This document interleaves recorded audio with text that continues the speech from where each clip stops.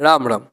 যেসব মেয়েরা ভাবে যে নিজেদের অনেক রূপ অনেক গুণ, যে তার জন্য মানে কি হাজারো ছেলে অপেক্ষা করে আছে, যারা অপেক্ষা করে আছে তারা তোমাদেরকে কি ভাবে জানো? একটা যন্ত্র সমান, জাস্ট যন্ত্র সমান। আর তুমি প্রকৃত ভালোবাসাকে ফেলে তুমি অন্য কারোর কাছে যাচ্ছ, তার মানে কি তুমি সুখী হবে? হবে না, কখনো হবে না, কখনো হবে না। হ্যাঁ, হবে কি হবে না সেটা পরের কথা, তোমার কর্ম অনুযায়ী। হয়তো ভালো কর্মের ফল তুমি এখন পাচ্ছ, খারাপ কর্মের ফল পাচ্ছ না।